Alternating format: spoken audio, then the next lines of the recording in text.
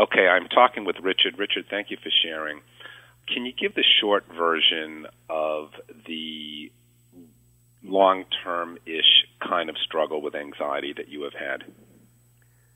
Sure. I mean, my struggles with anxiety probably, date back 20 years, largely, focused around things that probably grew out of relationships with my dad or other authority figures in my life. I think a lot of my anxiety earlier on grew out of dealing with authority figures and not really knowing how to properly understand my own boundaries and my own sense of worth in dealing with authority figures. So I would tend to let that create a lot of anxiety, and that was combated in a variety of ways as I dealt with it over the years. But I think that was probably the initial starting point, just the impact of authority figures in my life. Now, you struggled with this for a long time.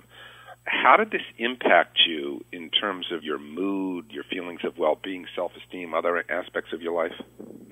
In dramatic ways. And when I was first trying to come up with ways of coping with this, I remember, coming out of college is where I probably felt the biggest impact of it, where the anxiety grew and grew over time. And the way I learned to deal with it is I got very much into the positive thinking, self-help movement where I was really trying to just keep myself above water. And I did that through, every motivational technique, you hear about, from affirmations to,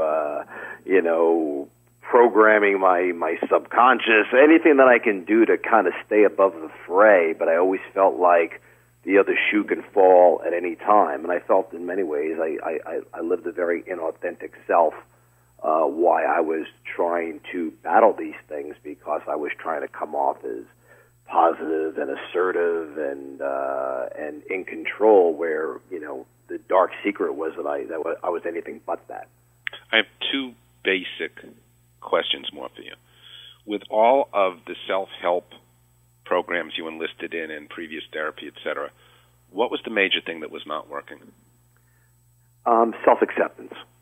Self-acceptance. I mean, I would say, that if there's anything that I can stress as being the kind of the opening up the Pandora's box for me, was that you cannot mask these feelings. You cannot overcome, you can't struggle with them, overpower them, try to replace them.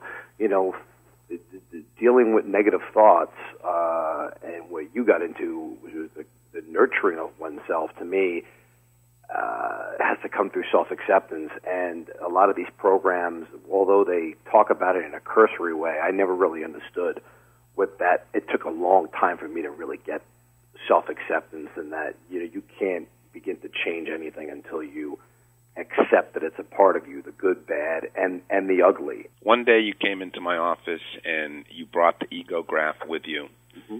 and you had taken all kinds of detailed notes on it. I was really, really impressed. You gave it a lot of thought. And that's when you really opened up the door to the concept of nurturing, self-nurturing. That is the primary thing from this interview that I would like to get across to the audience. Mm-hmm. How did you and how do you understand that concept?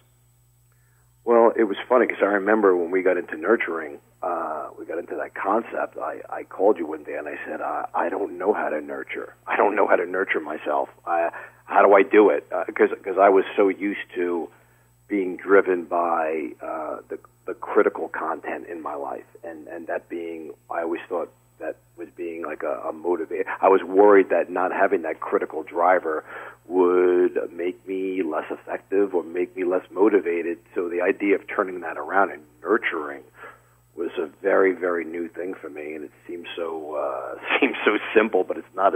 It's one of the most difficult concepts I've struggled with, and nurturing to me, when I distill it down to its core, is that self acceptance. And when I say self acceptance, getting in touch with,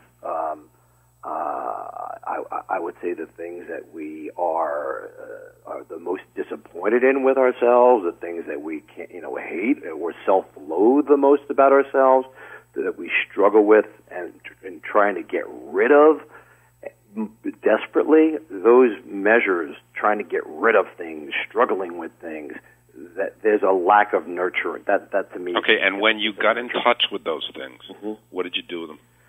I understood them. I accepted them at the core, meaning I made an agreement with myself that I would no longer